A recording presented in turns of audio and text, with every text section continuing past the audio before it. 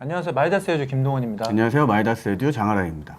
이번 강좌는 BIM 결혼 및 실무 사례라는 제목으로 저희가 강좌를 한번 준비를 해봤는데요. 요즘 이제 빔에 대해서도 아직 익숙치 않은 분들이 좀 많이 있는 것 같습니다. 하지만 이제 건설자들의 이제 얘기를 한번 들어보면은 빔이라는 이 주제가 앞으로 건설 실무를 하는 데 있어서 계속해서 이제 빔이라는 곳으로 나아가야 한다. 이런 얘기들이 좀 화두로 떠오르고 있습니다. 네, 국내에서는 아직 BIM이 과도기이긴 하지만은 앞으로 이렇게 건설 실무를 진행해 나가는 데 있어서 굉장히 중요한 개념이라고 할 수가 있습니다. 여러분께서 이미 학교에서 학부 수업 때 빔 개념에 대해서 강의를 들어보신 분도 계실 거고, 빔 관련 서적이나 인터넷 서칭을 통해서 어느 정도 BIM의 개념을 이해하시는 분도 있으실 텐데요. BIM에 대해서 처음 접해보신 분들이라든지 아니면 아직까지 빔이 헷갈리다 이런 생각을 갖고 계신 학생분들을 위해서 저희가 이렇게 편안하게 Q&A 형식으로 BIM 강좌를 특강을 준비를 했습니다. 네, 그런 의미에서 빔에 대해서 아무것도 모르는 제가 이제 BIM 전문 강사님을 한번 모셔보고 이제 여러분께서 빔에 대해서 좀 궁금해 하실 만한 그런 질문들을 제가 대신 한번 던져보는 그런 시간을 좀 가지도록 할 텐데요.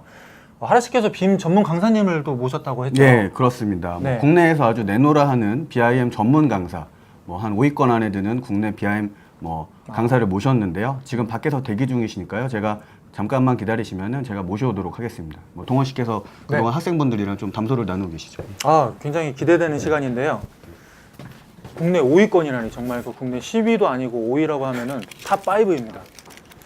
정말 여러분도 좀 궁금하실 것 같은데 한번 기다려보죠. 예, 지금. 귀하신 전문 강사님께서 오셨습니다. 예, 안녕하세요. 저 BIM 전문 강사, 마이다스 IT의 장하라라고 합니다. 예. 잘 부탁드립니다. 잘 부탁드립니다. 네. 예. 여러분들도 잘 부탁드립니다. 예. 그러면 이제 그 전문 강사님을 모시고 본격적으로 이야기를 시작을 해볼 텐데요. 예. 세 가지로 나눠서 얘기를 해보겠습니다. 예. 가장 먼저 왓빔, 빔이라는 것은 도대체 무엇인가? 둘째로 와이빔, 빔이라는 것은 왜 해야 되는가? 왜 배워야 되는가? 지금도 할 거 많아 죽겠는데. 네, 그래도 할 건 해야겠죠. 예. 네, 세 번째로 하우빔, 빔을 어떻게 해야 되는가? 바로 그거죠. 네, 빔을 하기 위해서 이제 필요한 툴, 소프트웨어라든지 여러 가지 좋은 책들, 그다음에 인터넷 관련 커뮤니티에 대해서 제가 BIM 전문 강사로서 여러분들께 소개해 드리려고 하고 있습니다. 네, 마지막으로 후빔, 빔을 누구한테 배워야 되는가? 예, 마이다스 에듀, 그리고 저랑 저희 그 마이다스 에듀의 BIM 전문 강사분들한테 배우면 되겠죠. 네, 그렇죠. 지금부터 한번 시작을 해보도록 하겠습니다. 네, 잘 부탁드립니다. 네, 예. 잘 부탁드립니다. 예.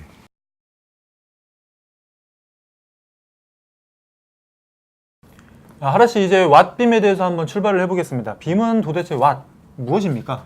예, 빔에는 다양한 정의가 있는데 먼저 사전적 정의를 말씀을 드리면은 빌딩 인포메이션 모델링의 약어입니다. 즉 건축 정보 모델링을 뜻하는 것이죠. 예. 그렇게만 말씀해 주시면 그냥 영어만 번역을 해놓은 것 같은데요. 그 정도 설명은 저도 좀 할 수 있을 것 같습니다. 예, 제가 이제 좀 덧붙여서 국내 5위권답게 설명을 더 드리면, 빔의 정의는 기관마다 또는 학계마다 조금씩 다르기는 하지만 일반적으로는 다음과 같이 정의를 할 수가 있습니다. 첫 번째로는 빌딩 인포메이션 모델, 즉 정보를 담고 있는 3D 모델 그 자체를 가리키는 경우가 있고요. 두 번째로는 빌딩 인포메이션 모델링이라고 해서 모델이라는 이 대상보다는 그 관계 전문가들, 설계자나 엔지니어들이 그 3D 모델을 구축해 나가고 활용해 나가는 그 과정에 의미를 둔, 행위에 의미를 둔 개념이 현재 가장 일반적인 빔의 정의입니다. 그리고 비슷한 맥락으로 빌딩 인포메이션 매니지먼트라고 사용할 수도 있고요. 빌딩 인포메이션 모델링 소프트웨어를 가리키는 경우도 있기는 한데 여기서 중요한 점이 간혹가다 그러신 분들이 계세요. 랩이 할 줄 알면 빔 할 줄 아는 거 아니에요? 이렇게 질문을 던지시는 분들도 계신데 거기에서 말씀드리면은 레빗이나 아키캐드와 같은 특정 BIM 소프트웨어를 빔이라고 혼용해서 쓰는 분들이 계시는데 그거는 아니고 BIM은 어떤 개념이자 프로세스이다. 그리고 그걸 하기 위한 소프트웨어가 바로 레빗이나 아키캐드다. 이렇게 말씀드릴 수 있을 것 같습니다. 그래서 지금까지 빔에 대해서 네 가지로 설명을 해주셨는데 결국 말씀하시고자 하는 바는 가장 많이 쓰이는 의미가 그리고 일반적인 의미가 두 번째 의미다. 그래서 어떤 3D 모델, 특정 소프트웨어를 지칭하는 것이 아니라 그 건설 프로젝트를 진행하는 동안 무수히 정보가 많이 담겨 있는 그 3D 모델을 구축하고 활용해 나가는 그런 프로세스다. 그렇습니다. 그렇게 하면 제가 정리해봤는데 맞나요? 예, 사전적으로 말하면 그런 의미가 맞고요. 네. 즉 건설 프로젝트의 각 참여자들, 설계자, 아니면 구조 전문가, 그다음에 MEP 전문가, 발주처 등등의 어떤 그 건설 프로젝트의 스테이크홀더라고 그러죠. 참여자들이 이 3D 모델, 정보를 갖고 있는 3D 모델을 통해서 일을 진행하게 되는데 이 모델 안에서 다양한 속성 정보들을 프로젝트 각 단계마다 입력을 해서 그걸 통해서 긴밀하게 협업을 하고 이렇게 프로세스를 계속 진행해 나가는 개념이다. 뭐 이렇게 보시면 될 것 같습니다. 예. 네. 잘 정리해 주시긴 했는데 아직까지는 그렇게 이제 실무를 직접 안 해보신 분들이 이제 이 강의를 많이 들으실 텐데 그런 분들이 듣기에는 약간 좀 생소한 감이 없지 않아 있을 수 있을 것 같아요. 그래서 저희가 이제 정확하게 이해하기 위해서는 기존에 해왔던 방식과 그리고 이제 빔을 활용해서 설계를 해 나가는 그 프로세스 그것을 한번 비교해 보면서 저희가 한번 얘기를 진행하면 좋을 것 같은데요. 네. 뭐 하라 씨도 아시겠지만 이제 건설 분야에서는 이제 도면을 그린다든지 할 때 2D CAD를 많이 썼었잖아요.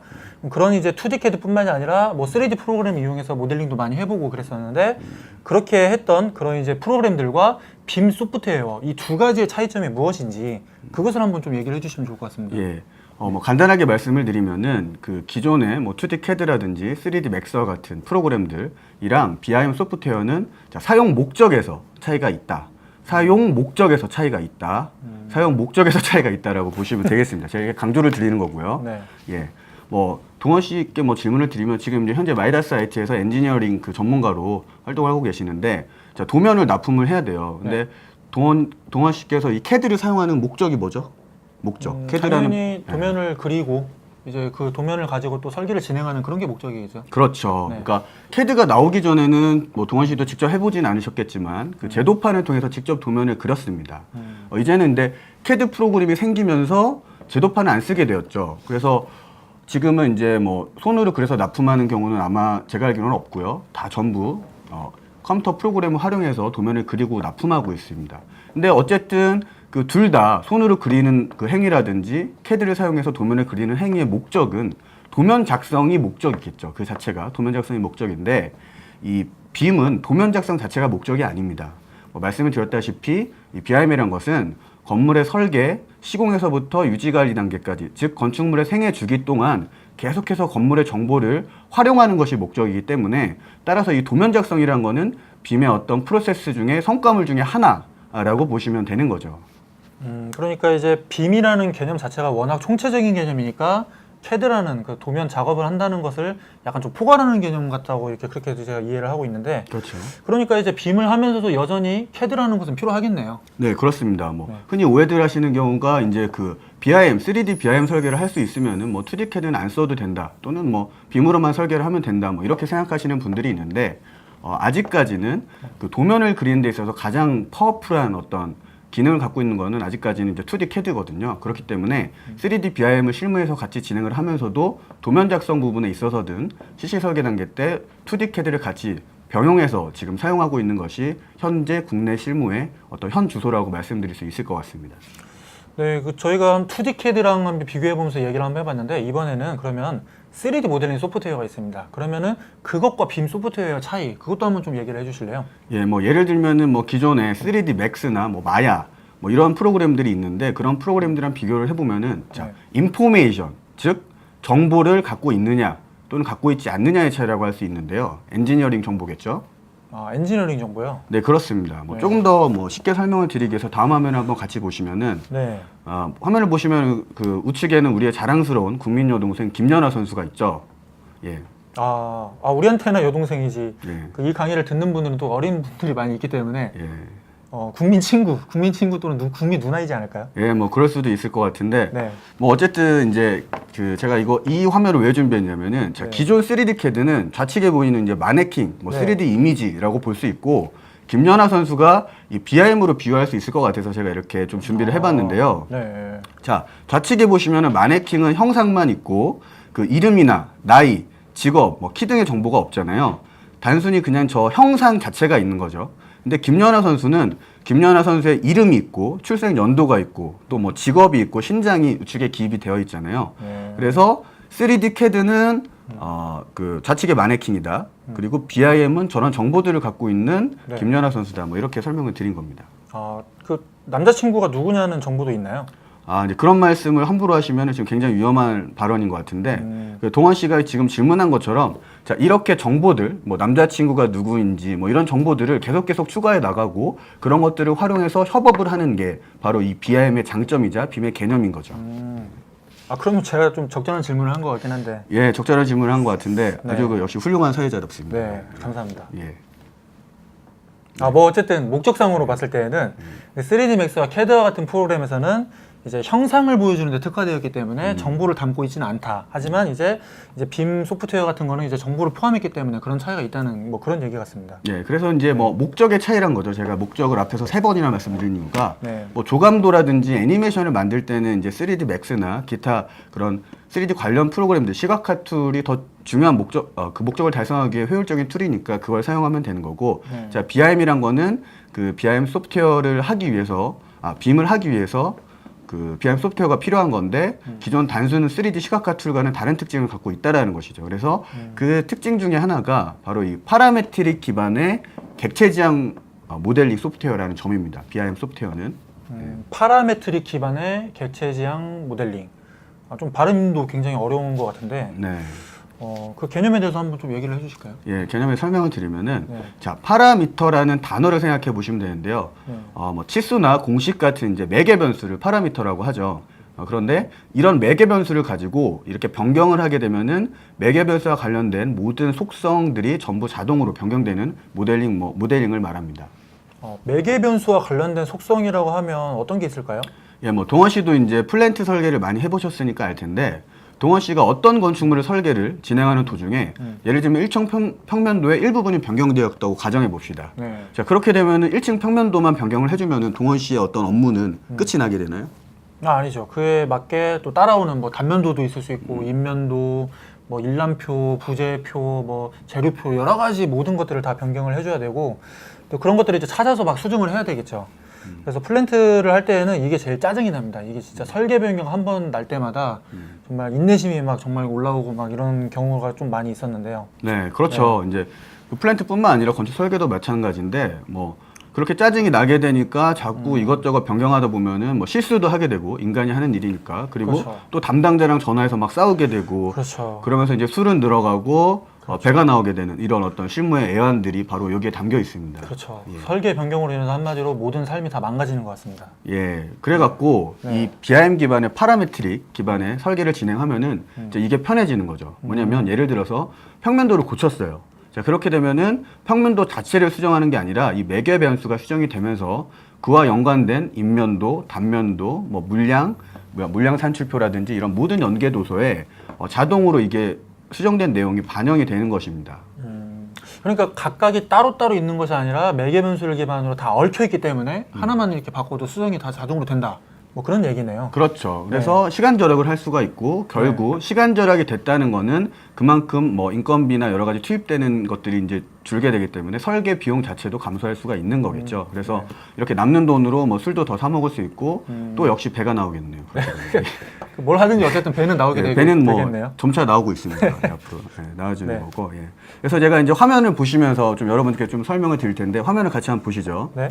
자, 이 화면을 보시면은 지금 이렇게 평면이 이제 이렇게 있고, 좌측에 보시면은 위에서 바라본 그 평면이 있고, 우측에 보시면은 이제 3D 이제 화면이 있죠. 네.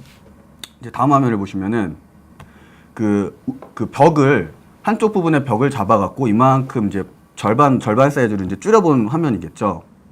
자, 그렇게 되면 이제 뭐냐면 좌측의 평면을 이렇게 절반을 줄였는데 우측 3D 아이소 뷰에 자동으로 이렇게 반영이 지금 되어 있는 상태고요.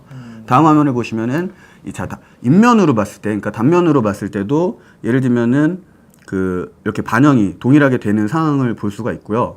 예를 들면은 그 다음 화면을 보시면은 계급으로 이렇게 뚫었어요.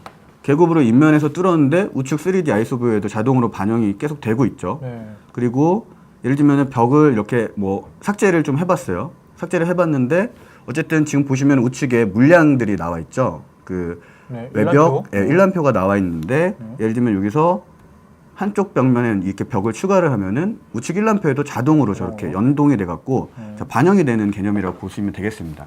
자, 그리고 이제 인면도로 보시면 이렇게 층고가 1층, 2층 뭐 지붕 이렇게 쭉 있는데 이제 매개 변수를 이제 활용을 해서 가장 그 지붕층의 층고를 높였어요. 그러면은 보시면 아시겠지만 이 레벨이 올라가면서 벽이 따라 올라가죠. 그 레벨 그리드에 맞춰서 네. 따라 올라가게 되고, 예를 들면은 저렇게 또 그 개구부 창문을 그 인면도, 그러니까 지붕층에서 지금 3,000 그리고 좌측에서 한 4,800 정도 짜서 창문을 위치시켰는데, 저거를 매개변수를 이용해서 이렇게 저렇게 잠수의 잠금 표시를 설정을 해놓으면은, 자, 그 지붕층의 레벨을 5,000으로 줄였는데도 그 간격을 유지하면서 모델링이 자동으로 반영이 되는 것을 알 수 있습니다. 근데 저렇게 된 거는, 자, 단면이나 뭐 여러 평면이나 물량이나 여러 가지 그 연관된 도면에 자동으로 다 지금 반영이 된다는 것이죠. 그러니까 그 예전에는 이렇게 도면과 모델링이 따로 있었기 때문에 도면을 수정을 하면은 모델링도 다시 수정을 해줘야 되고, 뭐 일람표도 마찬가지로 모델링을 수정하면 일람표를 따로 수정을 했어야 되는데 BIM을 활용을 하면은 이렇게 동시에 이렇게 할 수 있는 그런 장점이 있다는 거네요. 그렇죠. 네. 그러면은 지금까지 이렇게 해서 그 기존의 2D 또는 이제 3D 프로그램과 좀 비교를 한번 해봤습니다. 근데 이제 제가 듣기로는 BIM 개념 중에 이 3D로 끝나는 것이 아니라 또 뭐 4D, 5D 뭐 이런 것도 또 있다고 제가 들었거든요. 네. 그 이제 4D라는 개념이라고 하면은 이제 제가 영화관에서 뭐 4D라고 하면은 막 뭐 진동도 이렇게 의자가 막 진동도 되고 막 물도 뿌려주고 뭐 그런 걸로만 저희가 알고 있는데, 저 개인적으로 4D 영화관이 그렇게 좀 마음에 들지는 않아서. 네. 네. 근데 BIM에서는 4D가 무슨 의미인지 좀 궁금하거든요. 예, 저 빔에서 이제 4D라고 하면은 이제 한 가지 어떤 차원이 추가된다라고 보시면 되는데, 네. 자, 다음 이제 화면을 보시면서 제가 설명을 드리겠습니다. 자, 3D라고 하면 지금까지 제가 설명드렸다시피 이 3차원 모델에다가 이 정보, 인포메이션을 담아서 시각화제로라든지 여러 설계 도구로 활용하는 것을 말하는 거고요. 제가 화면 보시면 이제 이렇게 3D로 활용을 하는 거고, 네. 자, 4D는 이 3D 모델에 시간이라는 개념이 추가되는 거예요. 그래서 지금 보시는 것처럼 막 시설물이 지어지는 모습을 공사 기간별로 또 시각적으로 보여주는 기술이라고 보시면 되는데요. 예를 들어서 뭐 공정상에, 실무에서 이제 공정상에 자, 몇 월 며칠에 콘크리트를 어디를 타설해야 되고 뭐 이런 공정표가 있지 않겠습니까? 뭐 근데 그런 것들을 이제 시뮬레이션에서 볼 수 있다. 그게 바로 이제 4D의 개념이라고 보시면 되고요. 시간의 흐름대로 계속 살펴보는 거죠. 이 그렇죠. 모델링을. 그렇죠. 네. 그리고 이제 5D가 있습니다. 5D. 네. 5D는 이 3D 모델의 견적까지, 그러니까 공사 물량까지를 추가된 개념이라고 보시면 되고요. 지금 보시는 것처럼 BIM 모델에 각 견적에 필요한 각 부재 정보들이 모두 있기 때문에 물량을 자동으로 추출을 해서 견적 관련 정보인 뭐 자재 단가라든지 인건비, 그리고 뭐 공기 같은 것 등을 이용해서 최종적으로 공사비를 뭐 이렇게 산출을 하는 개념이라고 보시면 됩니다. 아, 굉장하네요. 그 BIM 하나를 통해서 모든 거를 다 할 수가 있네요. 예, 뭐 아직 끝이 아닌데요. 뭐 6D도 있습니다. 6D. 아. 6D는 이제 유지 관리 개념까지를 포함하는 개념이라고 보시면 되는데, 네. 이 건축물을 이제 계속 사용을 하려면 완공이 된 이후에도 계속 유지 관리를 해야 되잖아요. 근데 기존에는 뭐 시설물 관리라고 해서 뭐 주기적으로 이렇게 실제로 돌아다니면서 이제 시설물 관리를 했지만, 이 빔이라는 개념이 탑재가 되면은 이 완성된 빔 모델을 통해서 언제 여기에 어떤 설비들을 교체해줘야 된다, 뭐 교체 주기라든지 이런 것들이 다 명시가 돼 있어서 자, BIM 모델로 관리하는 게 6D 개념이라고 보시면 되겠습니다. 아, 굉장히 또 우리 일상생활과도 멀리 떨어져 있는 그런 개념이 아니다. 뭐 이렇게 생각이 되는데, 그러면은 여기까지 정리를 좀 해주신. 예, 뭐 아직 이제 끝나지 않았는데요. 뭐 7D도 있습니다. 7D. 아. 7D는 이 3D의 이제 에너지 시뮬레이션이나 친환경 분석까지를 아우르는 이제 개념이라고 볼 수 있습니다. 제가 이렇게 여러 가지 ND에 대해서 이제 말씀을 드렸지만, 네. 사실 뭐 6D, 7D 뭐 이런 개념들이 어떤 것인지 정해진 거라고 이렇게 뭐 법에 명시된 건 아닌데요. 네. 일단 중요한 거는 여러분들 뭐 이런 뭐 몇 D가 뭐다 뭐 이렇게 외우실 필요는 없고, 이 ND라는 것은 결국에는 3D 정보 모델을 통해서 다양한 속성 값들을 정의를 하고 다양한 분석을 추가하면서 여러 가지 방안으로 실제 업무에 활용할 수 있다라는 그런 개념이다. 이렇게 알아두시면은 아주 정확하게 이해하시는 거라고 볼 수 있습니다. 뭐 그러니까 뭐 8D, 9D, 뭐 10D 계속 갈 수도 있겠네요. 뭐 1500D까지도 갈 수도 있겠죠. 여러분들이 어떻게 네. 개념을 추가해서 활용하냐에 따라서. 네.